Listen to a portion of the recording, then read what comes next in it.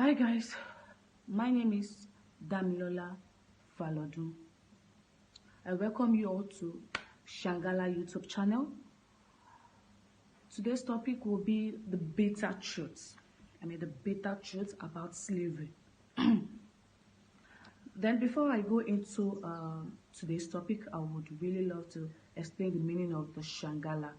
Shagala in our country means slave, and another part of Arab they call it house up. And also in our land here, Yoruba land, we call it Eru, slave. So now I would love to talk about the modern day slavery, the phrase of slavery we have today. And I will be using my experience, my story, to talk about the bitter truth about slavery. Falodun Damilola was born and raised in Lagos State. Ipaja-Ayobo, Oluwaga to be precise. This slavery stuff started when I lost my parents. I'm an orphan. I lost my parents in the year 2014, and we all know that before we could make an ends meet here in Nigeria, it's not an easy task. I was in school. I have to drop out from school because I could not continue paying my school fees due to the death of my parents. So I started working, searching for work. I work as customer care service agent where they pay 20,000 naira. Like I said, I was in school before I dropped out. So ND, which is Moshi Dabela Polytechnic, and though I lost my father first semester ND2 exam, and I lost my mom second semester ND2 exam. So during the exam period, I could not finish some of the exam. I have to rush down, as we all know that we hold mother in high regards. The ND2 first semester, I could actually focus on writing my exam because I was not really close to my father. But my mom, she's all I got. I was raised by a single mother. So though we don't have much, but she showered us with the love and she spent the little money she has on us. So hearing that the only person you have is God. So I left Abeokuta, rushed down to Lagos.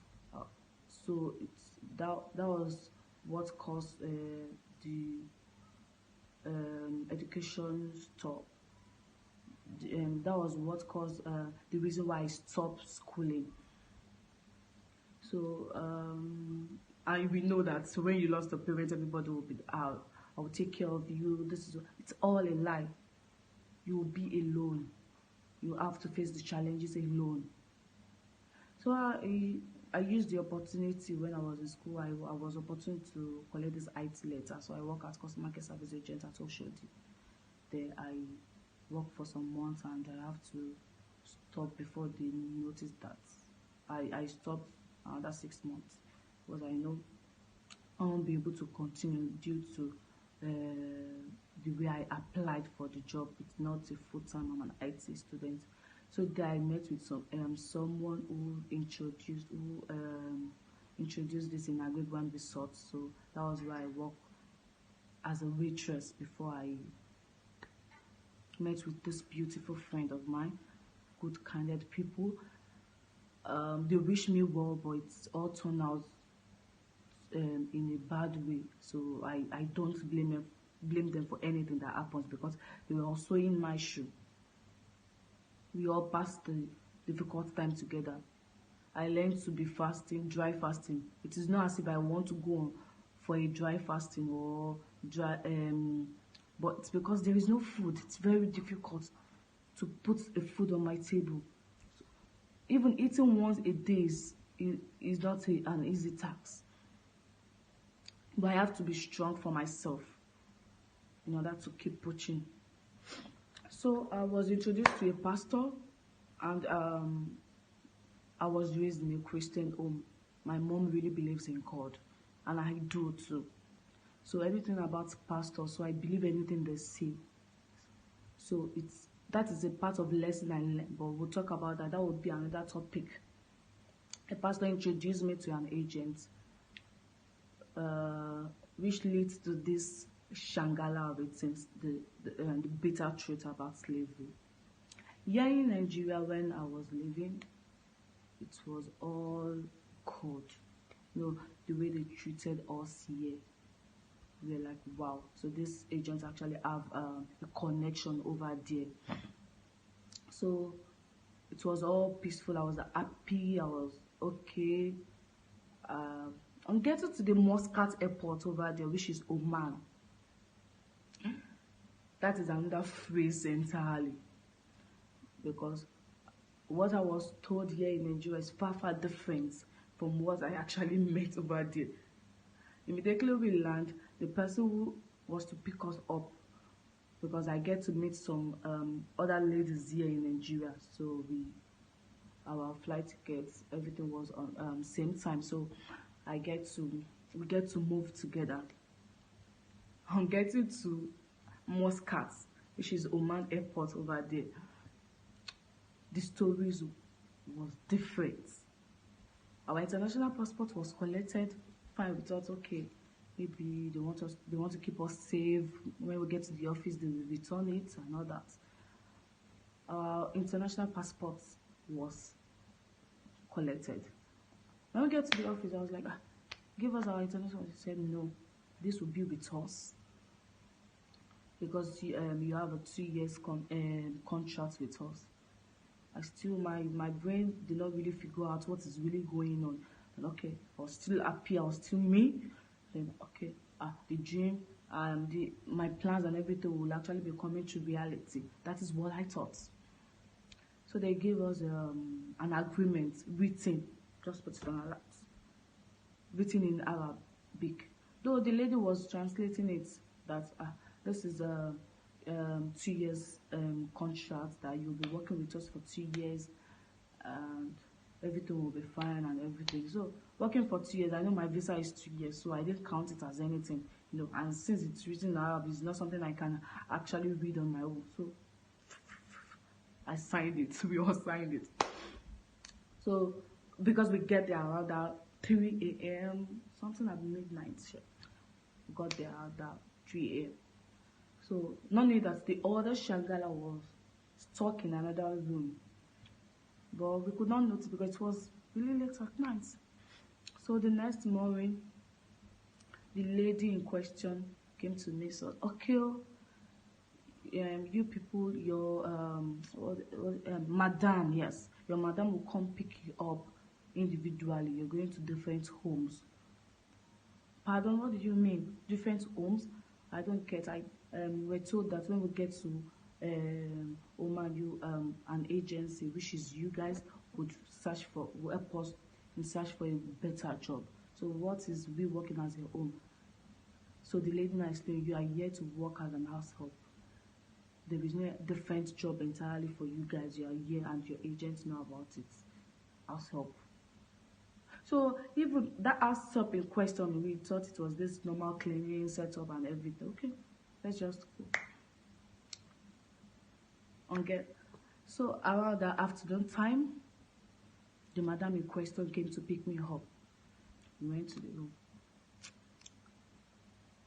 Everything was hell ever since day one. And I arrived at Oman 2 days before my birthday. That was June 3rd. My birthday is June 5th. So I was like, wow, what is going on here? I get to meet different children. No, at first, we branched our mom's place. So our mom, I was told to clean the house and everything. So I thought it was the main house. So when I'm about to bring out my luggage, she was like, no, you're still going on. You need to clean this place up. History building, you need to clean. This is my mom's home. You need to make it neat. It was very dirty and all. They were waiting for the Shagala to come to clean, to make everything clean. Wow. I was like, I was told to work with you. Why will you be? You need to shut up and obey me. Though their English was not It's not okay. It's just like this our Hausa English, this Indian English, but you need to listen to them carefully in order to be picking that up because they mostly speaks in Oman Arab, and I don't understand, and she knows I don't understand, but she is the only one that understands little in that family. And the mother, she has 13 children, and I don't know that I'll be working within the range of the 13 children. The okay, when I got there, I was like, okay, let me. I cleaned, started watching everything, and when I was told to scrub the wall, started scrubbing the wall. Each sitting room, scrub the wall, and over there mostly they sit on floor. So that means I need to. There's this. They have this rug. I need to bring it out, scrub it, wash it, and dry it because it's been long. They are old. They have they're past Shangala. I don't know, maybe she's late or they change her. I don't know about it. So the story changed. That was where I entered it. When I get to our own house, I was introduced to her husband.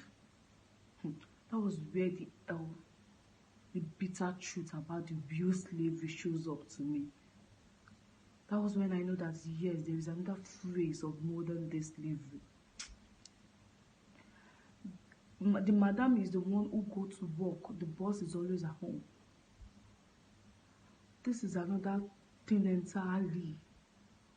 How am I going to face the husband being harassed by sexually? And I was told that in Oman you will work. I will work within that 13 children. So Oman's household, they work as like they work within the range of the children. And the woman will be like, you need to do everything. Your life we we owe your life now for 2 years. We pay for it. We do this. Any small thing, ah, she slapped me. Any small thing. But the next day, which is another real face entirely, immediately the woman stepped out of the house. I just felt this stupid hand at my back. What is going on? What is really happening? I was so scared. I have to rush out of the gate, wait for the madam to come back till 2 a.m. Immediately she arrived, I could not speak Arab. There is no way I can explain that. I could not work because of the husband. Start pouring me water and start beating me. So I started facing what it calls slavery. Immediately I got to that family, get to step my foot inside that house. I don't have a phone. The phone I that was with me when I get to Oman, I could not use it because it's different SIM entirely. They did not get me the SIM, and even they must not notice I have a phone. That is the fact, because they will actually seize it. But no SIM. There is no way I can get to my family and everything. And I was told that before I could enjoy my life in Oman, I will have to comply with the husband. Unless I will face another thing entirely. I started passing through different kind of things I could not even say. Slavery, it really exists. It happens. Like the recent one, the girl in Lebanon, Ajayi, she's so lucky because she's opportune to use her phone to tell the world what she's passing through over there, and they are saving her. But I was not opportuned. A lot of girls out there were not opportune because I have an Instagram page, Say No to Slavery, whereby people get in touch with me. I get to talk with people who are stuck outside. There are a lot of girls who are facing hell in Oman. I am there. I am in their shoe. I know what they're passing through. I know the bitter truth about the slavery. I have walked in their shoe. I know what is called slavery. It is not easy. It is not easy. Okay, because of our time, I won't be able to go deeply, but we'll talk. I will talk much more about the slavery, the bitter truth, in our next show. So thank you very much for staying tuned. My name still remain Damilola Falodun. I appreciate you all. I would like you to like, subscribe, and share this video. Thank you very much. God bless you. Have a blessed day.